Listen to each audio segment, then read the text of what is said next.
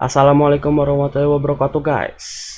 Nama saya adalah Muhammad Radityo Meraputra. Saya dari kelas 10 IPS 3. Saya di sini akan menjelaskan tentang sejarah manusia purba yang ada di Indonesia dan masa praksara yang ada di Indonesia. Yaitu adalah sejarah Indonesia, pembahasan sejarah Indonesia, oke? Yang pertama itu adalah masa praksara. Pengertian masa praksara. Praksara berasal dari gabungan kata yaitu pra dan aksara. Pengertian masa praksara adalah masa sebelum manusia mengenal bentuk tulisan, yaitu beberapa miliar tahun yang lalu, udah lama itu. Masa praksara disebut juga dengan masa nirleka.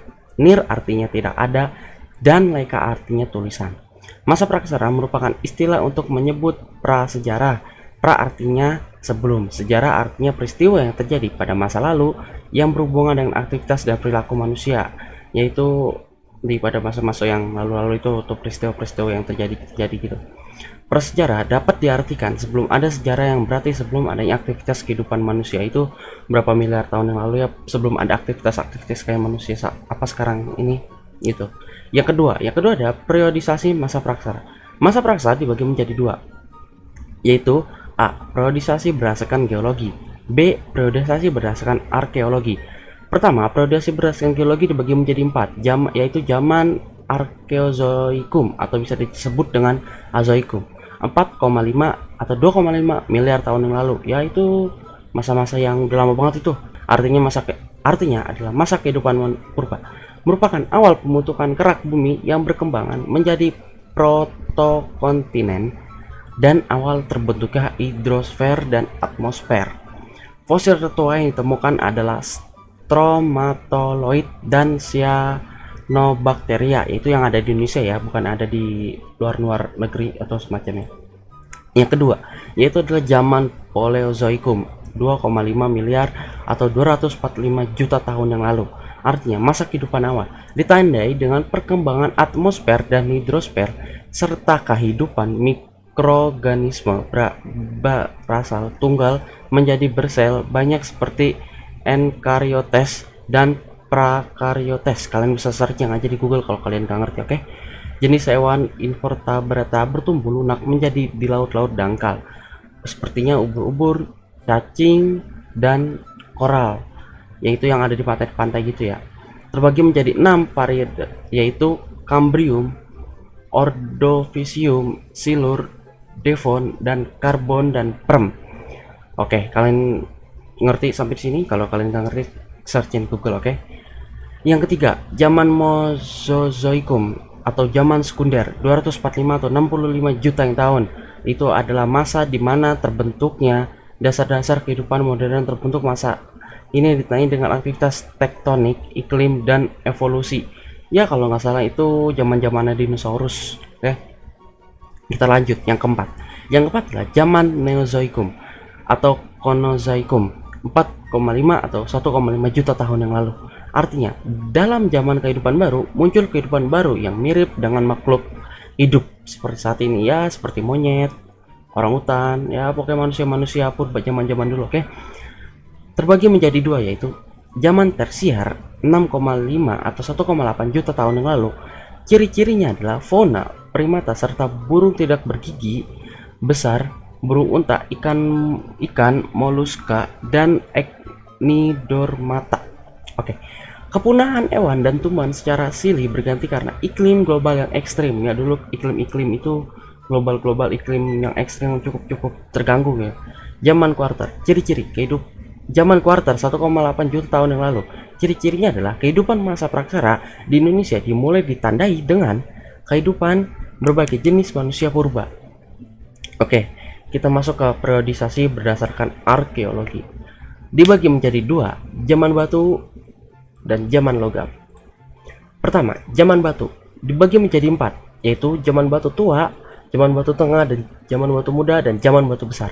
Pertama, zaman batu tua, Paleolitikum, yang dimaksud manusia purba masih tinggal secara nomaden, prakakas masih sederhana ya, kayak apa ya, kayak obeng, tang, baut, mur gitu, masih sederhana ya. Zaman batu tengah atau yang disebut dengan Mesolitikum, yaitu adalah manusia purba mengumpulkan makanan hidup menetap. Zaman batu muda Neolitikum. Manusia purba mulai memproduksi makanan perkakas dari batu, sudah dihaluskan, hidup menetap. Ya udah pakai batu gitu, batunya masih udah diamplas gitu, udah dihalusin. Zaman batu besar yang disebut megalitikum.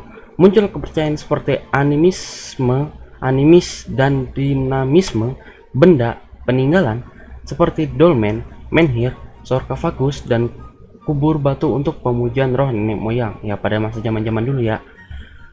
Oke, kita lanjut 2. Zaman logam.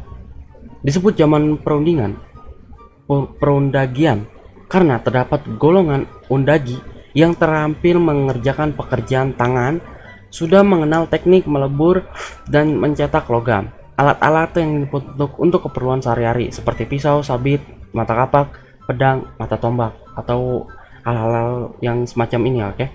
Alat-alat dari logam yaitu kapak, corong, nekara, bukan neraka, oke. Nekara dan moko. Nih, kalian bisa lihat gambarnya. Ini adalah kapak ya. Ya, ini kapak perunggu, kapak-kapak yang masih zaman-zaman dulu. Sekarang mah kapaknya udah kapak-kapak tuh yang mata satu itu tuh. Nah ya, nah ini apa nih? Candrasa gue kurang tahu ini apaan. Oke, kita masuk ke 2. Manusia purba. Peradaban manusia purba di Indonesia ya, bukan di luar negeri. Oke, di Indonesia bukan di luar negeri. Dapat dibuktikan dengan adanya penemuan fosil. Fosil tersebut ditemukan dalam penelitian yang berlangsung sejak masa kolonial Belanda ya, pada masa zaman-zaman Belanda masuk ke Indonesia pada kolonial Belanda, oke. Oleh para ahli arkeolog dan paleontologi dari Eropa. Jadi Indonesia itu hasil fosil itu dari pada masa kolonial Belanda oleh para ahli arkeolog yang dari Eropa. Lokasi penemuan fosil manusia purba ada 4, yaitu Sangiran.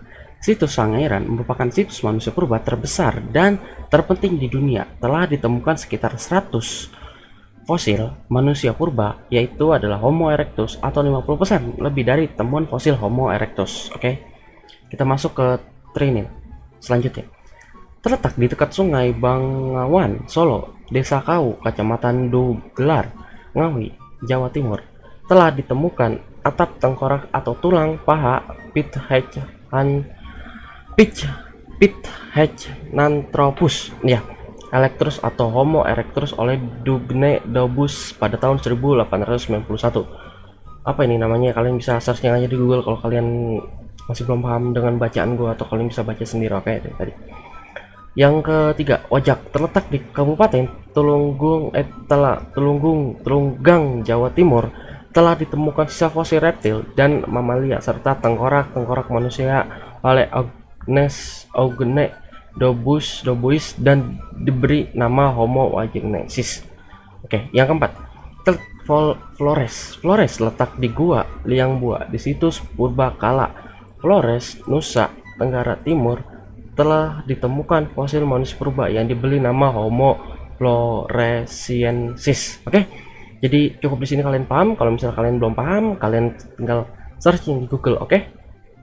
Di sini hanya menjelaskan singkat dari sejarah pembahasan Indonesia, manusia purba dan pada masa-masa zaman-zaman praksara. Oke, kita lanjut ke jenis-jenis manusia purba. Jenis-jenis manusia purba ada 3, yaitu Meganthropus, ditemukan oleh Van Koenigwald pada tahun 1941 di Desa Sangiran sekitar lembah Sungai Bangawan, Solo. Fosil ini dinamakan Meganthropus atau Paleojavanicus, artinya manusia raksasa dari Jawa karena ukurannya sangat besar, atau raksasa yang diperkirakan sebagai manusia purba paling tua. Itu masa-masa udah zaman dulu banget dah itu, pokoknya masih manusia terbentuknya seperti monyet, kera, orangutan dan segala macam. Pithecanthropus pertama kali ditemukan oleh Egnodobois lagi pada tahun 1981. Paling banyak ditemukan di Indonesia. Pithecanthropus artinya manusia kera, kayak monyet gitu, manusia kera yang ada di kebun binatang gitu. Ada 2 jenis, yaitu Meganthropus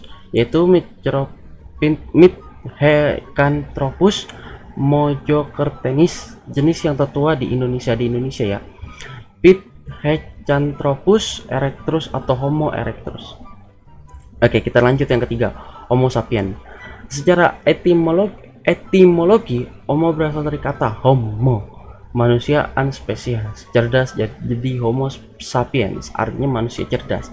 Kecerdasannya ditandai dengan kemampuan membuat peralatan sederhana dari batu, tulang untuk berburu dan mengelola makanan sendiri. Mempunyai volume otak jauh lebih besar daripada jenis manusia purba sebelumnya. Atap tengkoraknya lebih bunar dan lebih tinggi.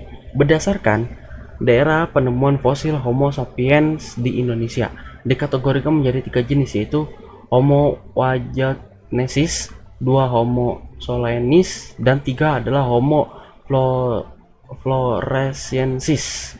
Jadi di mana manusia belum terbentuk seperti kita ini, seperti ganteng, cantik atau segala macam. Nah, itu manusia dulu terbentuk itu masih kayak gini muka-mukanya. Yang masih zaman-zaman banget ini, seperti orang hutan, monyet dan segala macam.